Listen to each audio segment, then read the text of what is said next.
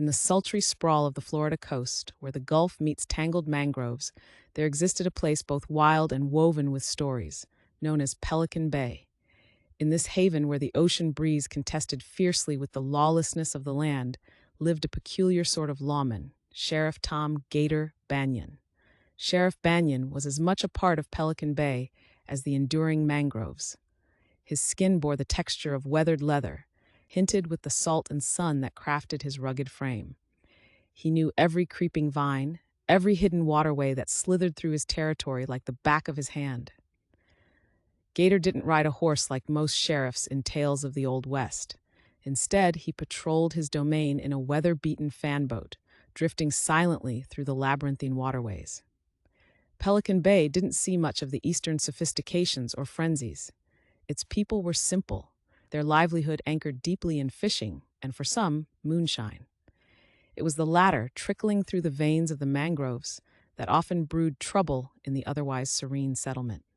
One sweltering Thursday, as the sun blazed mercilessly over the bay, a ruckus stirred that would etch itself into the annals of Pelican Bay's history. A band of rogue treasure seekers, lured by legends of a sunken Spanish galleon reputed to be laden with gold, had made their chaotic descent upon the town. Their leader, a charismatic yet ruthless man named Jack Merle, declared himself quite the modern-day pirate. His plan was clear and calamitous. He intended to unearth the treasures that were whispered by the old folks, safeguarded by the guardianship of the swampy waters and Gator's law. Sheriff Banyan, upon hearing of Merle's intent and the gang's reckless disruption, knew his duty. A storm was brewing, not in the skies, but upon the waters and lands he vowed to protect. The confrontation was inevitable. Gator met Merle at the Old Fisher's Inn, a ramshackle bar teeming with the remnants of the day's catch and the fishermen who caught them. The air was thick with tension, the walls plastered with maps of conjectures and old sea tales. With the entire town's eyes upon them, words were exchanged, words heavy with threat and justice. Sheriff Banyan, with the calmness of the still bay at dawn, made it clear Pelican Bay was no place for lawless treasure hunters. Merle scoffed, his pride wounded by a lawman who protected mangroves over gold. The standoff, however, didn't escalate into bloodshed that day.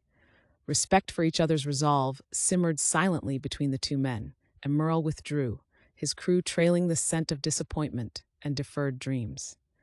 The days that followed returned to their serene monotony. Fishermen recounted the standoff with the zest of grand storytellers. Gator resumed his silent watches, the whir of his fanboat a comforting hum across the bay. Months later, the rogue treasure seekers returned, not with shovels and maps, but with fishing rods and nets. They had learned, perhaps from the unyielding spirit of the sheriff and the town, that treasure was not always gold or gems, but sometimes the peacefulness of casting lines into the glistening waters under the Florida sun.